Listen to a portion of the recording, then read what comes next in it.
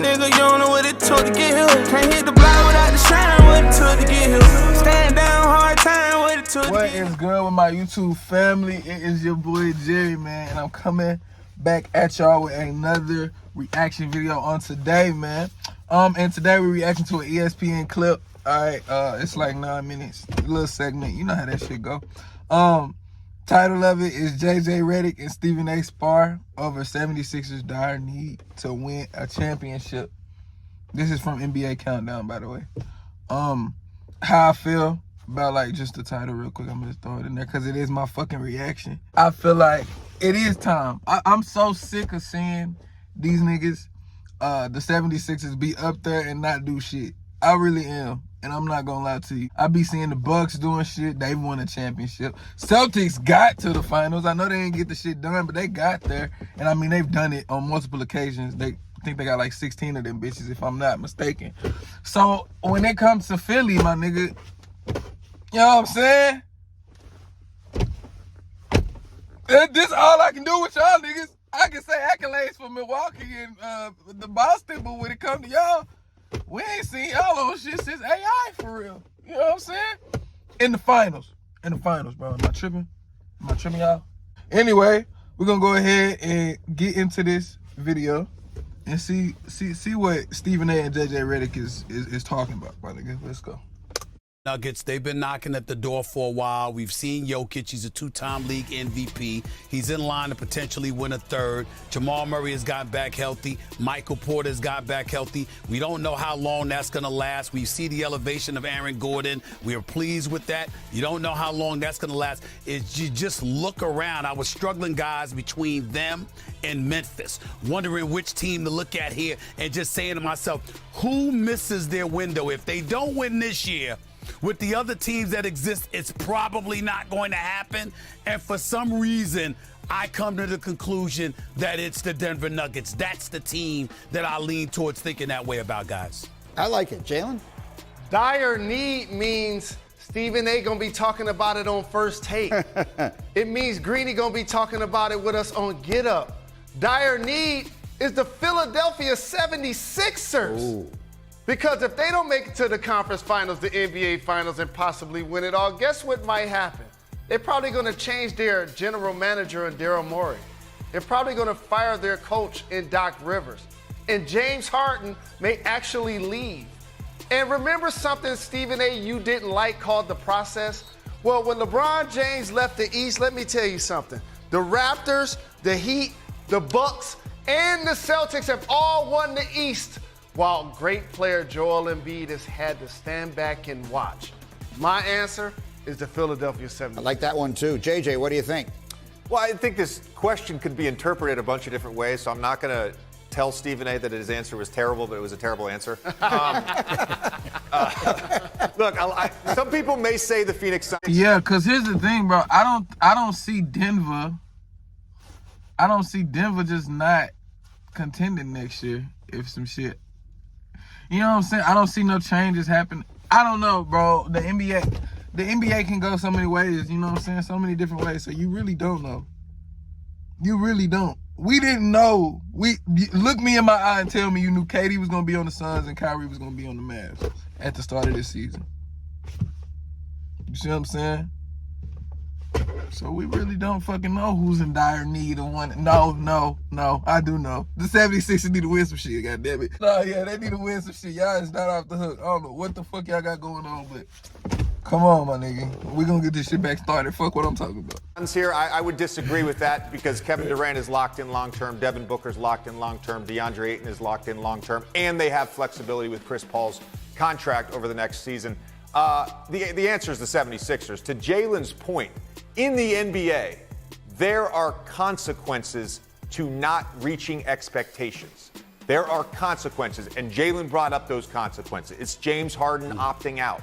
It's potential front office and coaching changes. That's the reality of our league. The question is, can the 76ers actually see the fruition of the process? It's something that we thought maybe would have happened by now, and it hasn't. I got to go with the 76ers. You want to defend yourself, Stephen A.? Yes, I definitely want to defend myself. First of all, they both make valid points. The 76ers are a great answer. I get that. But Denver's not a terrible answer when you look at how wide open the West is, how they were flowing along and what have you. We may have expectations about the Phoenix Suns, but they're a together team, same coach, same system, same stars. You just get to a point where you've knocked on the door enough. Is it or is it not going to happen? The challenge that I would throw both of y'all ways about the Philadelphia 76ers, which one of y'all came into this season saying the Philadelphia 76ers is going to represent the Eastern Conference? The reality is that they've been a disappointment in terms of the process that has never reached fruition. We never thought they were better than Boston. We didn't think they were better than the Milwaukee Bucks. Damn it, I thought if Brooklyn got together, stayed together, they wouldn't have been better than Brooklyn. And so for me, when I look at the Philadelphia 76ers, I'm not denying y'all reality about the consequences. That's real and it's true.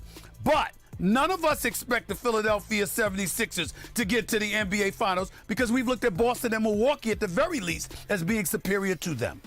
And you expected hold on, Stephen A. You expected the Denver Nuggets at the beginning of the season to reach the NBA Finals? No, not at the beginning. I don't remember that. I was on with you the first week of the season.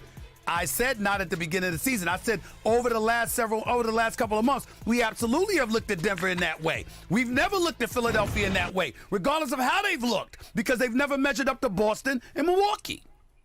But Stephen A., when you trade for a player like James Harden, and you go out and reload and you get DeAnthony Melton and you get PJ Tucker and you re-sign James Harden on a cheaper contract and he has an option to opt out in July, okay, that sets the stage for results better happen or there will be changes. Regardless of what your expectations are, people in Philadelphia have expectations of having a parade on Broad Street.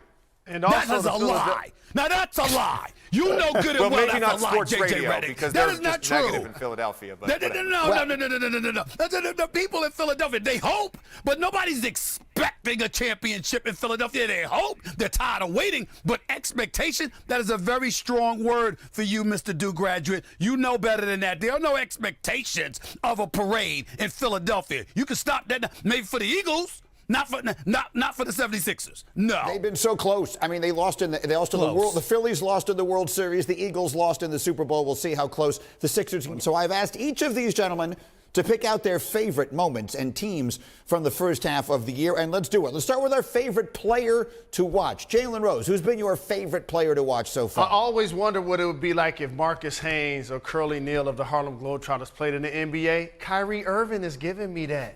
In the 10 games that Kevin Durant was out, he averaged 30. Right now for the Dallas Mavs, he's averaging 30 and 7. I made sure I went and sat courtside to watch his debut against the Clippers, and they won without Luka. He's been the best jump shooting player in the league. He has the best handles in the league and one of the best finishing packages with both hands jumping off both feet in the history of the league. JJ, who's your favorite player to watch? For me, it's the reigning two-time MVP, Nikola Jokic, who might be on his way to his third straight MVP. It's the combination of passing, scoring. He's a guy every single night. He makes his teammates better. He's averaging a triple-double on 63%. It seems like every year he somehow gets more and more efficient. And his anticipatory reads out of picks, out of the high post, like he's a reason Aaron Gordon was in the All-Star conversation this year. How about you, Stephen A.? Well, first, a couple of things. Number one, it amazes me that Jalen Rose wants to make a big deal of him going courtside to watch somebody. He goes courtside to watch the Pistons. I mean, what's there to talk about? He'll watch anybody. Okay, so I love how he brings that up. That makes no sense whatsoever, okay? But that's neither here nor there. My player is Ja Morant, the mercurial Ja Morant. This brother, his athleticism is just sensational. He's averaging 27 on the season. What is he shooting, like 47% from the field, 33% from three-point range when he attacks the basket with the vigor that we're accustomed to seeing him do. We know if that Ja Morant is healthy enough and shows up in the playoffs that the Memphis Grizzlies could make some major, major noise because he has that superstar kind of potential and impact. That is my favorite player to watch. That's who I'm fantasizing about seeing healthy in the postseason. Woj, earlier in this show, mentioned 4 teams Russell Westbrook may wind up on: the Bulls, the Clippers, the Wizards, and the Heat. Where would you like to see Russell? Miami or the Los Angeles Clippers, either works for me. If you're in Los Angeles, obviously you don't have to read through. I would like to see Russ go back to the Wizards. That's what I'm saying. I put it out there in this video. Fuck what Stephen A talking about. When that nigga Russ was on the Wizards, they was looking nice, bro. Y'all go look back. Them niggas made the playoffs. They was looking nice, bro. You know what I'm saying? No cap. And Russ was doing Russ-like things back when he was on the Wizards. I think he should go back there. They already got Bradley Beal, KP playing good, Kyle Kuzma doing his thing. I don't see how Russ can't go back there and just fit in with them niggas again. You know what I'm saying? I think that'll be a good fit, bro.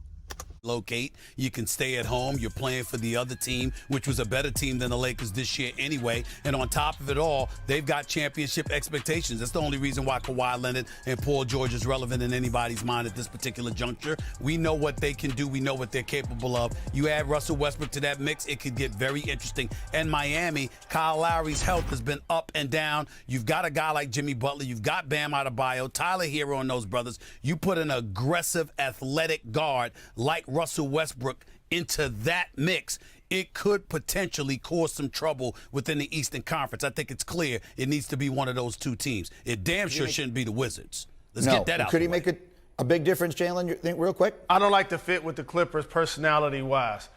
Russ, go somewhere where they're going to value your strengths. You stay in shape, you play really hard, and you're not primarily a really good shooter. Go to Miami. Shooting 40% from the floor, 32% from the three. Go to the Heat. That would be my choice. How about you, JJ? Well, if he's willing to accept a role similar to what he had with the LA Lakers, I'd love to see him back in LA with the Clippers. Despite the fact that Russ is a polarizing figure to a lot of people, and despite the fact with the way things ended with the Lakers, I'd love to see Russ have a chance to win a championship, and he's got the best chance to do that with the LA Clippers of those teams. Thanks for watching ESPN on YouTube. Man.